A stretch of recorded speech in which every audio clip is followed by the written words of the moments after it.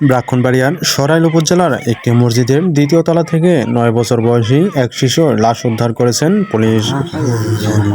সোমবার ৬ জুলাই সকাল ৯টার দিকে লাশটি উদ্ধার করা হয়। শিশুটি স্থানীয় একটি সরকারি প্রাথমিক বিদ্যালয়ে পঞ্চম শ্রেণীর ছাত্রী ছিলেন। পুলিশের ধারণা, শিশুটিকে যৌন নির্যাতনের পর হত্যা করা হয়।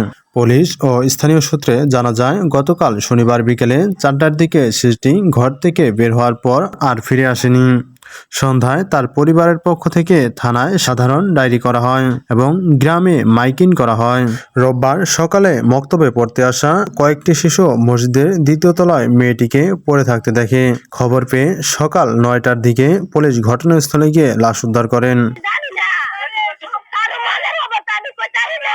শিশুটির মা হাজারি করে বলতে থাকেন, আমার আদরের মেয়েকে নির্যাতন করে মাইরা ফেলা হয়েছে, আমি এর বিচার চাই। ঘটনাস্থলে পুলিশ, সেনাবাহিনী সহ আইনশৃঙ্খলা রক্ষাকারী বাহিনীর সদস্যরা অবস্থান নেন। পুলিশ বলেন, ঘটনার সঙ্গে জড়িত ব্যক্তিদের শনাক্ত করতে কাজ চালাচ্ছেন। সরাইল থানার ভারপ্রাপ্ত কর্মকর্তা ওসি মোর্শেদ আলম চৌধুরী বলেন, মেয়েটিকে যৌন নির্যাতনের পর হত্যা করা হয়েছে।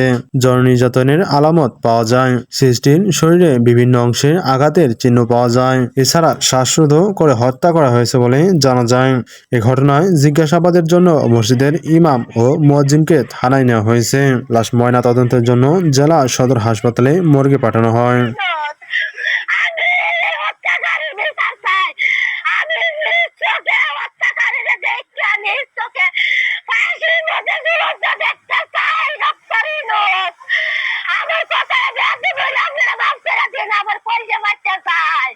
আমি একটা মা, আমার তিনটা সন্তান, আমার কাছ থেকে নিচে গা।